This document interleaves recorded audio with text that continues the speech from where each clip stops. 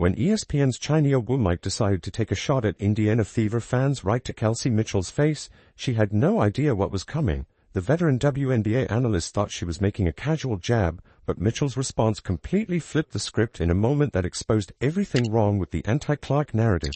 Buckle up. This story isn't just about basketball, it's about respect, growth, and what happens when the old guard refuses to accept a new reality. Let's break down exactly what happened. During what should have been a routine interview, China Woolmike turned to Kelsey Mitchell with what can only be described as a dismissive tone. Lord Jesus, your team and their fans, Jesus, they be getting up in everybody's business. The disrespect was palpable, not subtle, not professional, just straight-up condescension toward the very fans who've transformed the WNBA landscape. And to deliver this comment directly to Kelsey Mitchell's face, a respected veteran who's been through all the lean years with Indiana, that takes some nerve. This wasn't just any throwaway comment. It represented everything that's been brewing since Caitlin Clark entered the league, a stubborn refusal by certain media figures to acknowledge the undeniable impact she's had on women's basketball. What makes this especially rich is that Woolmike herself previously admitted on air that Caitlin Clark is the needle for the WNBA, not just moving it but completely redefining it. The numbers don't lie. Clark and the Fever accounted for 45% of all broadcast value for the entire WNBA last season. Merchandising skyrocketed 500% with Clark's jersey leading sales, but apparently that acknowledgement doesn't extend to respecting the fans who showed up because of her. The fans Woolmike so casually dismissed, they're the same ones who transformed Indiana's attendance from a measly 4,000 per game to sellout crowds exceeding 17,000, outpacing even the NBA's Indiana Pacers in their shared arena. These aren't just annoying fans getting in everyone's business. They're the lifeblood of a resurgent franchise and a revitalized league. Kelsey Mitchell's classy response, what happened next, completely flipped the script. Instead of getting defensive or joining the bash the fans bandwagon, Kelsey Mitchell delivered a masterclass in grace and perspective. I think I've seen both sides of it. For one, like being on the team with Caitlin and knowing the wave that she created for where the game is and what she's been a part of, I've seen so much of it. Mitchell went on to explain the incredible transformation she's witnessed in Indiana basketball from struggling franchise to the hottest ticket in town. She specifically credited Caitlin Clark for this transformation, something that clearly wasn't what Woolmike expected to hear. This wasn't just any player acknowledging Clark's impact. This was the Fever's longtime star, the woman who carried the franchise through years of struggle, giving credit where it's due without a hint of jealousy or resentment. If anyone had reason to be bothered by Clark's meteoric rise and the attention she receives, it would be Mitchell. Yet there she was, publicly celebrating the transformation and acknowledging Clark's role in it. The contrast couldn't be more striking. While certain media personalities continue pushing anti-Clark narratives, the players who actually share the locker room with her are singing her praises. The numbers don't lie.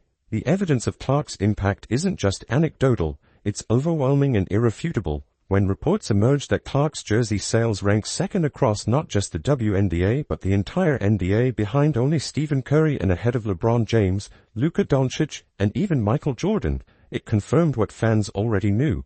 Caitlin Clark isn't just a women's basketball phenomenon, she's a sports phenomenon, period. And this season's NCAA March Madness viewership provides even more proof. Without Clark, viewership for the Final Four and championship games dropped by more than 10 million viewers compared to last year. Same tournament, same format, the only difference was Caitlin Clark's absence. Yet despite these staggering numbers, a segment of media personalities continues to downplay her impact, creating a bizarre disconnect between objective reality and their preferred narrative. The real reason behind the pushback, understanding the resistance to Clark, requires looking at the bigger picture. What we're witnessing isn't just about basketball, it's about power dynamics shifting in real time. Before Clark, the WNBA operated in a certain way, with established hierarchies and narratives. Her arrival disrupted everything. Suddenly a rookie commanded more attention than established stars. Traditional media outlets found themselves playing catch-up with fan-driven conversations about the league, and perhaps most significantly,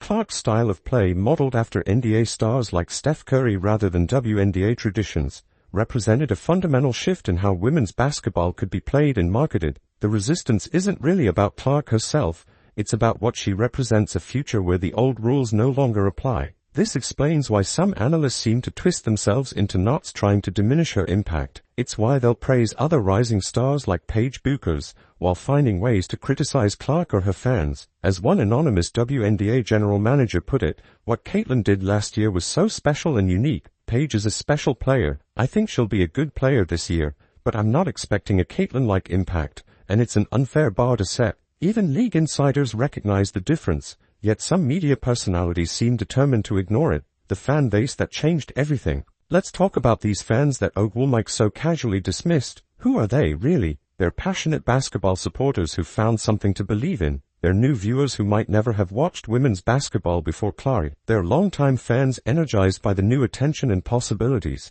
They're families bringing kids to games for the first time. And yes, sometimes they get defensive when they see their favorite player constantly facing criticism that seems unfair or disproportionate. But here's the reality check. This is exactly what sports fandom looks like. It's passionate, it's sometimes messy, it involves heated debates and fierce loyalty. The NBA, NFL, and MLB have operated this way forever. The notion that WNBA fans should somehow behave differently, never getting defensive, never comparing players, never expressing frustration, isn't just unrealistic, it's condescending. When fans pack arenas, buy merchandise, and engage in passionate discussions about the league, that's not getting in everybody's business. That's being invested in the sport. It's exactly what the WNBA has been working toward for decades. The turning point in the interview, the most revealing moment, came when Mitchell delivered her heartfelt closing thoughts about what really matters in a career. All money is not good money, and I mean that literally. I've seen myself in situations where I had to figure out if I wanted to come back to Indy. I had to figure out what was best for me. I lost my parent, so it was like figuring out what I needed. And I figured out that you have to go where you're literally loved, and I mean that literally and I mean that intentionally. Go where you're loved and not tolerated, because all money is not good money. This wasn't just a generic sports platitude. This was Mitchell explaining why she chose to stay with a franchise that had struggled for years because she felt valued, appreciated, and loved. And the unspoken implication, the passionate fan base that Woolmike had just criticized, was a key part of that love and appreciation. Mitchell's answer completely dismantled the negative narrative. The fans weren't a problem. They were part of what made Indiana special. They weren't an annoyance. They were a community that players like Mitchell genuinely appreciated. You could almost see Woolmike realizing her mistake in real time as Mitchell spoke. The narrative she tried to push had completely backfired. The bigger picture, a league transformation. What's happening with the Indiana Fever is just the tip of the iceberg. The entire WNBA is undergoing a remarkable transformation, with the upcoming CBA negotiations expected to bring massive increases in player salaries and improved conditions. This isn't happening by accident. It's happening because of the unprecedented attention, viewership, and engagement that Clark has helped generate. When teams across the league sell out arenas only when Indiana comes to town, that's not a coincidence. When the United Center in Chicago hosts WNBA games only when Caitlin Clark visits, that's not random check. The upcoming season promises to shatter all previous records, with the unprecedented number of nationally televised Fever games at Clark's newly reinforced supporting cast setting the stage for something special. Indiana's off-season moves, bringing in championship-caliber veterans like Stephanie White, Diana Taurasi, Brianna Stewart, Sydney Colson, and Natasha Howard, completely destroyed the media narrative that Indianapolis wasn't a desirable destination for free agents. These established stars didn't just randomly decide to join a franchise that had been struggling for years. They recognized the opportunity to be part of something revolutionary. The media disconnect. What makes this situation particularly frustrating is watching certain media figures continue pushing narratives that players themselves don't support. While ESPN segments debate whether Clark is good for the game, her teammates are openly celebrating her impact. While some analysts question whether she gets too much attention, veterans around the league are acknowledging her unprecedented influence. This disconnect between media narratives and player perspectives couldn't be more glaring. Take the recent trend of criticizing Clark fans with increasingly absurd arguments. Monica McNutt suggested on ESPN that young girls in the Midwest only admire Clark because she's white.